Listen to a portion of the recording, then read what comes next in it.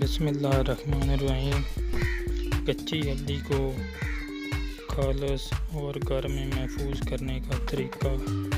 ये देखें, ये कच्ची हल्दी है, ये आप देख सकते हैं, ये कच्ची हल्दी है। हमने इसको धो के तो ये कद्दूकश की मदद से इसको हमने कद्दूकश किया है। ये देख लें, ये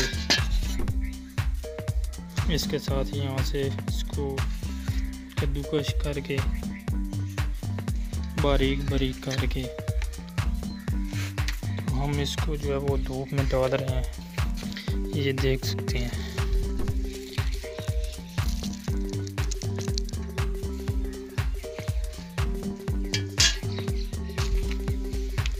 धूप में इस तरह इसको फैला दें और ये जल्दी खुश्क हो जाएगी।